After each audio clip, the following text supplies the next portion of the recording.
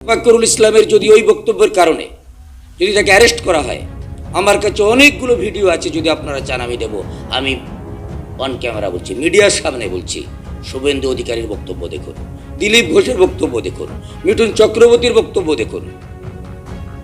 এরকমভাবে একাধিক বিজেপি নেতাদের সংবিধান বিরোধী, দেশ বিরোধী, সমাজ বিরোধী কথাবার্তা আমাদের কাছে রয়েছে, যারা একটা সম্প্রদায়কে টার্গেট করে অসংখ্যবার তারা সংবিধান বিরোধী কথাবার্তা বলেছে।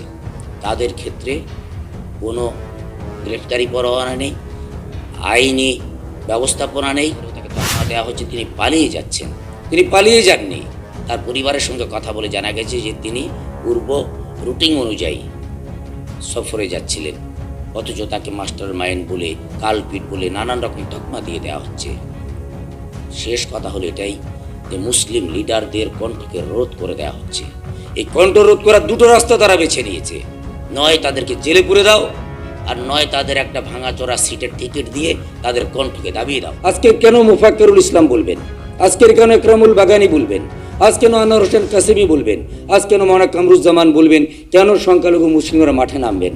তাদের তো ভোটের প্রয়োজন হয় না, ভোটের প্রয়োজন তো আপনাদের হয়।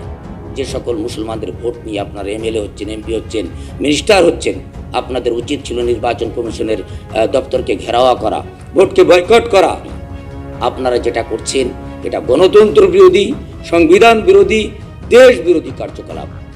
আপনারা আজকের ভারতবর্ষের মুসলিমদের উপরে অত্যাচারের স্টিম রলার চালাচ্ছে। ততদিন পর্যন্ত এই ডিলিট ভোটারদের নাম লিস্টে না উঠবে, আমাদের এই সংগ্রাম ব্রিটিশ সাম্রাজ্যবাদীদের বিরুদ্ধে যেমন লড়াই চলেছিল, আমাদের লড়াই সেইভাবেই চলতে থাকবে। কতজনকে আপনি জেলে ভরবেন, কতজনকে আপনি ফাঁসি দেবেন? এই সেই জাতি, সিংহ শার্দুলের জাত। এরা কিন্তু নিজের অস্তিত্বের লড়াই, সংবিধান বাঁচানোর লড়াই, নিজের ধর্ম বাঁচানোর লড়াই এই সম্প্রদায় চালিয়েছিল, আজও তারা চালাবে। আমরা কোনোদিন ভয় পিছপা হব না। দেখুন, এটা আপনারাও দেখছেন সোশ্যাল মিডিয়াতে, প্রিন্ট মিডিয়াতে, আমিও দেখছি। আইনজীবী মোফাক্করুল ইসলামকে যে অ্যারেস্ট করা হয়েছে এবং সাথে সাংবাদিক বাগানিকে যে গ্রেফতার করা হয়েছে, এ সম্পর্কে বাংলার বুদ্ধিজীবীদের মত আপনারাও দেখছেন যে তাদেরকে বেআইনিভাবে গ্রেফতার করা হয়েছে। যেখানে ঘটনা ঘটেছে সেখান থেকে 22 কিলোমিটার দূরে অ্যাডভোকেট মোফাক্করুল ইসলাম এবং একরামুল বাগানি ছিলেন। মোথাবাড়ির সেই ঘটনার সঙ্গে এবং সেই প্রসঙ্গে বক্তৃতার সঙ্গে এদের কোনো সম্পর্ক ছিল না, অথচ তাদেরকে গ্রেফতার করা হলো এবং বলা হলো যে তারা উস্কানিমূলক বক্তব্য দিয়েছে এবং মানুষকে উত্তেজিত করছে।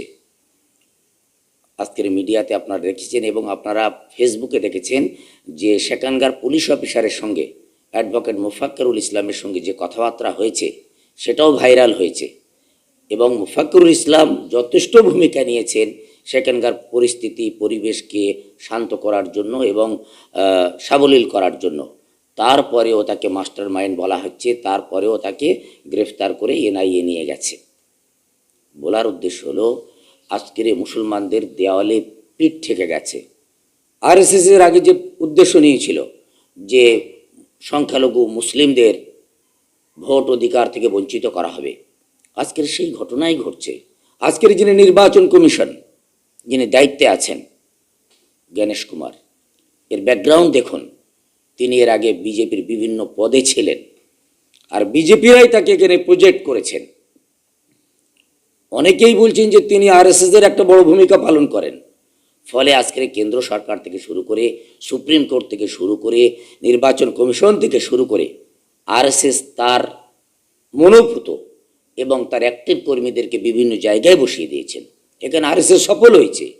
তারা 100 বছরে বিভিন্ন ডিপার্টমেন্টে তারা তাদের সদস্য নিয়োগ করতে তারা সফল হয়ে গেছে। আজকে সুপ্রিম কোর্টের ঘটনা দেখুন, বাবরি মসজিদকে নিয়ে।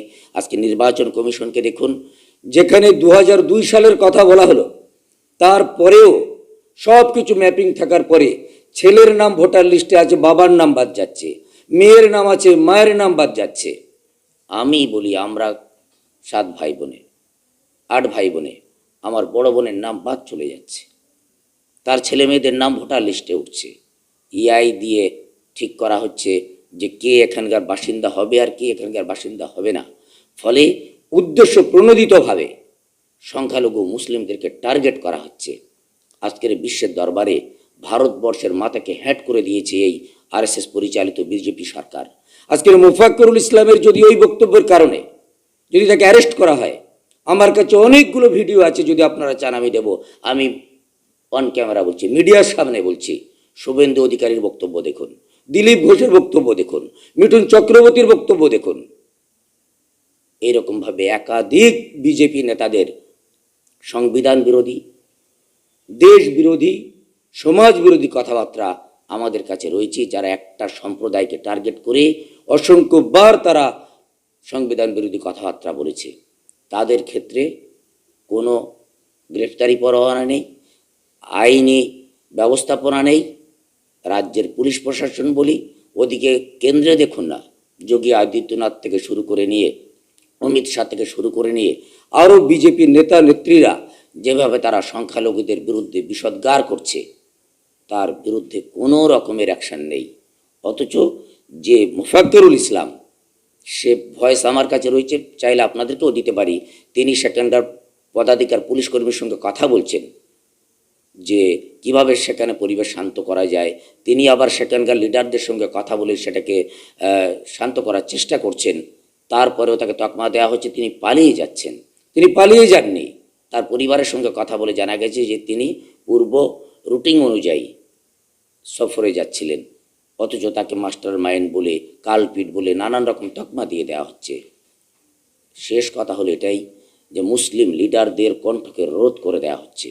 এই কণ্ঠ রোধ করার দুটো রাস্তা তারা বেছে নিয়েছে, নয় তাদেরকে জেলে পুরে দাও, আর নয় তাদের একটা ভাঙাচোরা সিটের টিকিট দিয়ে তাদের কণ্ঠকে দাবিয়ে দাও।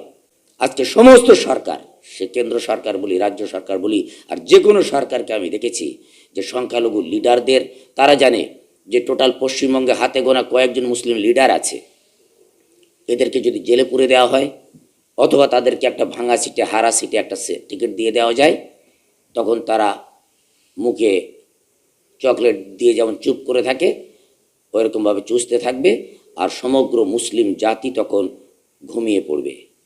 এই পন্থা কিন্তু সকলেই নিয়ে নিয়েছে। মনে রাখতে হবে, আমরা সেই জাতি যারা দীর্ঘ 200 বছর ধরে ব্রিটিশদের সঙ্গে আন্দোলন করেছি। দিল্লির খাইবার থেকে চাঁদনী চক পর্যন্ত প্রতিটি বৃক্ষে উলামাদের লাশ ঝুলেছিল। আজও পর্যন্ত মাল্টার কালাদ্বীপের জেল আজও সাক্ষী। হজরত মৌলানা হুসেন আহমদ মাদানী, হজরত মৌলানা মেহমুদুল হাসান গাঙ্গোহী, হজরত মৌলানা ফজলে খায়রাবাদী, আমাদের পূর্বপুরুষরা সেদিন ব্রিটিশদের বিরুদ্ধে লড়াই করতে গিয়ে সেদিন তারা কালাপানির জেল খেটেছিল। আমরা তাদেরই উত্তরসূরি। আমরা অন্যায়ের বিরুদ্ধে গর্জে উঠেছিলাম, আজও আছি এবং আগামী দিনে থাকব। এটা আমাদের অস্তিত্ব রক্ষার লড়াই। দেশ ভাগ হয়েছিল, যাদের ভারতবর্ষ পছন্দ হয়নি সেদিন তারা পাকিস্তানে চলে গিয়েছিল, বাংলাদেশে চলে গিয়েছিল। আমাদের পূর্বপুরুষরা এই দেশকে ভালোবেসে, এই দেশকে চয়েস করে এই দেশে তারা ছিলেন। আমরা তাদের উত্তরসূরি, আমরা এখানে আছি। যারা উদ্দেশ্য প্রণোদিতভাবে আমাদেরকে ভোটার লিস্ট থেকে নাম ডিলিট করে দেওয়ার অশুভ প্রয়াস চালিয়ে যাচ্ছে, চক্রান্ত করে যাচ্ছে। মনে রাখবেন, আইন, আদালত, পুলিশ প্রশাসন সব কিছুকে সম্মান জানাই আমরা, কিন্তু যখন অস্তিত্ব রক্ষা লড়াই হবে, বেঁচে থাকা লড়াই হবে, সেদিনে কিন্তু মুসলিম সম্প্রদায় পিছু হটবে না। ফলে আজ আমি আরএসএস পরিচালিত বিজেপি সরকারকে হুঁশিয়ারি দিতে চাই, নির্বাচন কমিশনকে হুঁশিয়ারি দিতে চাই। আর দেশে বিদেশের মুসলিমদেরকে তেল লাগাচ্ছেন, তাদের সামনে নতজানু হচ্ছেন, তেল নেওয়ার জন্য, গ্যাস নেওয়ার জন্য, পেট্রোল নেওয়ার জন্য মুসলিম বিশ্বের কাছে নতজানু হয়ে যাচ্ছেন, অথচ এই ভারতবর্ষের মুসলমানদের প্রতি অত্যাচারের স্টিম রোলার চালাচ্ছে। আপনারা যেটা করছেন এটা গণতন্ত্র বিরোধী, সংবিধান বিরোধী, দেশ বিরোধী কার্যকলাপ। আপনারা আজকের ভারতবর্ষের মুসলিমদের উপরে অত্যাচারের স্টিম রোলার চালাচ্ছেন। আজকে কেন মোফাক্করুল ইসলাম বলবেন? আজকের কেন একরামুল বাগানি বলবেন? আজ কেন আনোয়ার হোসেন কাসেমি বলবেন? আজ কেন মাওলানা কামরুজ্জামান বলবেন? কেন সংখ্যালঘু মুসলিমরা মাঠে নামবেন? তাদের তো ভোটের প্রয়োজন হয় না। ভোটের প্রয়োজন তো আপনাদের হয়। যে সকল মুসলমানদের ভোট নিয়ে আপনারা এমএলএ হচ্ছেন, এমপি হচ্ছেন, মিনিস্টার হচ্ছেন, আপনাদের উচিত ছিল নির্বাচন কমিশনের দপ্তরকে ঘেরাওয়া করা, ভোটকে বয়কট। দিন পর্যন্ত এই ডিলিট ভোটারদের নাম লিস্টে না উঠবে, আমাদের এই সংগ্রাম ব্রিটিশ সাম্রাজ্যবাদীদের বিরুদ্ধে যেমন লড়াই চলেছিল, আমাদের লড়াই সেইভাবেই চলতে থাকবে। কতজনকে আপনি জেলে ভরবেন, কতজনকে আপনি ফাঁসি দেবেন?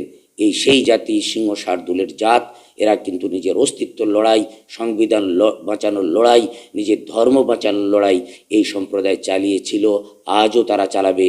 আমরা কোনোদিন ভয়ে পিছপা হব না। এই মেসেজ কিন্তু আমি আপনাদের মাধ্যমে নির্বাচন কমিশনের যারা দায়িত্বে আছেন তাদের কাছে পৌঁছে দিই।